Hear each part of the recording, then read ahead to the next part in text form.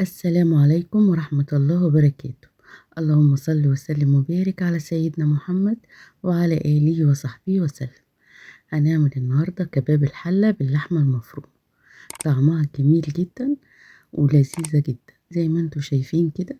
الصوص جميل جدا، الكفتة حلوة قوي. هنعملها بطريقة كده بسيطة، ممكن تتاكل بالعيش وممكن مع الرز.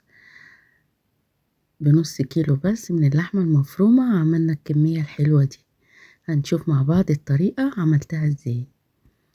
اول حاجة جبت الكبة وحطيت فيها نص كيلو من اللحمة المفرومة، عليها نسبة من الدهون.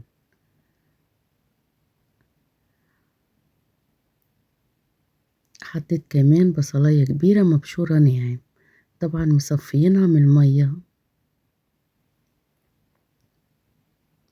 نص ربطة من البقدونس واخدة بس الورق بتاعها.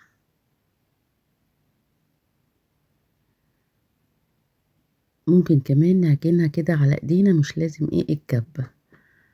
وبعد كده هحط التوابل، هنحط ملح وفلفل اسود وكمان البهارات السبع، مش اكتر من كده. هحط كمان معلقة كبيرة من النشا. النشا بيشرب اي سوائل موجودة في اللحمة. هحط كمان نص معلقة صغيرة من البيكنج باودر عشان ما تبقاش مكتوبة وما تكشش مني. بعد ما فرمتها كويس بالكبة بقت بالشكل اللي شايفينه ده. هغطيها وادخلها التلاجة تقعد نص ساعة تريح. بعد نص ساعة طلعتها وجبت طبق حطيت فيه حبة زيت صغيرة معلقتين من المية. هتن كده على ايدي وهبتدي اكورها كور كده صغيرة كويس الحجم دون بالشكل ده. هعمل بقى الكمية كلها بنفس الطريقة.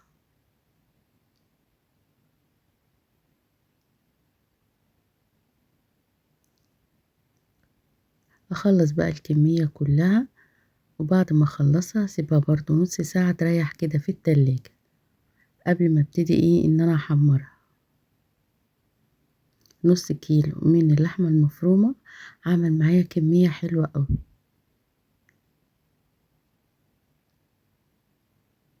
وزي ما قلنا ممكن نتاكل كده سندوتشات حلوة، وممكن كمان تتعمل مع الرز.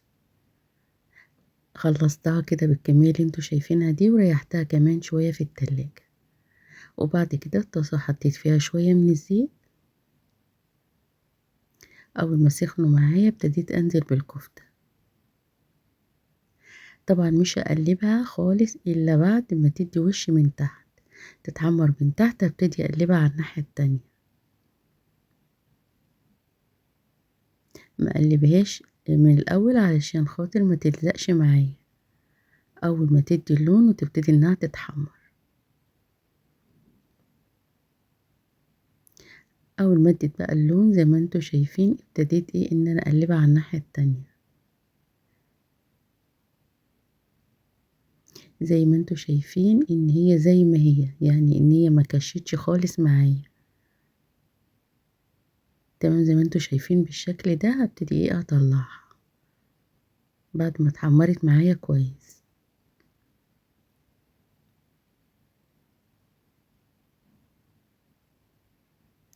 بعد بقى ما حمرتها هبتدي احط كمان الجزء التاني من الكفتة. اول طاسة طلعت معايا بالشكل اللي شايفينه دون.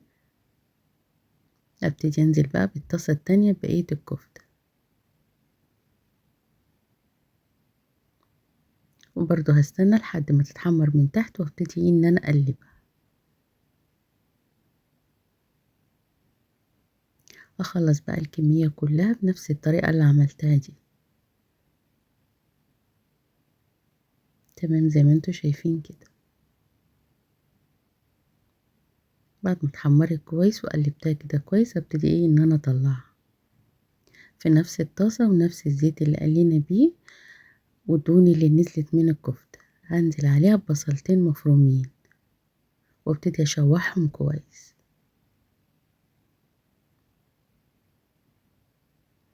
تمام كده.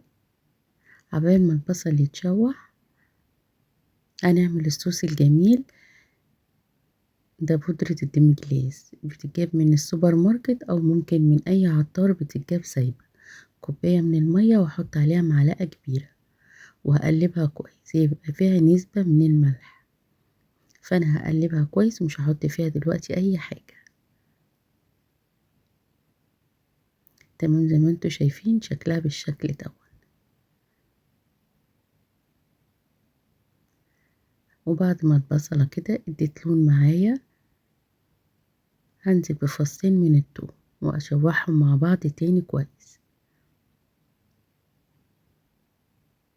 لحد ما يديني البصل لون ذهبي حلو زي ما انتوا شايفينه كده. هنزل بكوباية الصوص اللي عملناه من بودرة الديمجلاس. تمام بالشكل ده. واحط كمان كوباية من المية هسيبهم يغلوا.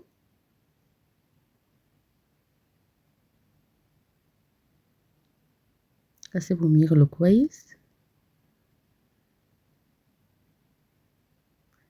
وبعد كده هنزل بقى بالملح والفلفل الاسود بس مش اكتر من كده توابل.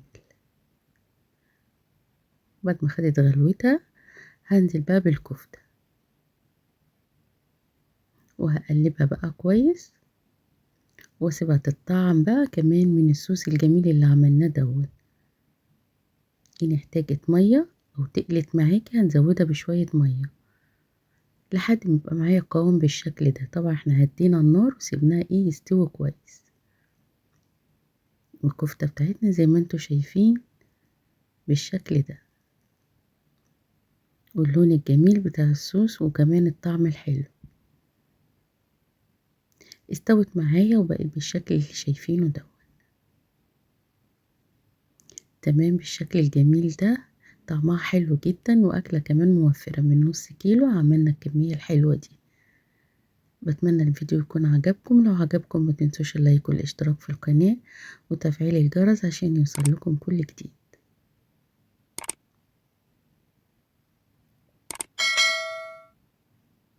الكفتة جميلة والصوص كمان جميل زي ما انتوا شايفينه كده. تقيل وحلو. ممكن كمان تتغمس بالعيش. والسلام عليكم ورحمة الله وبركاته.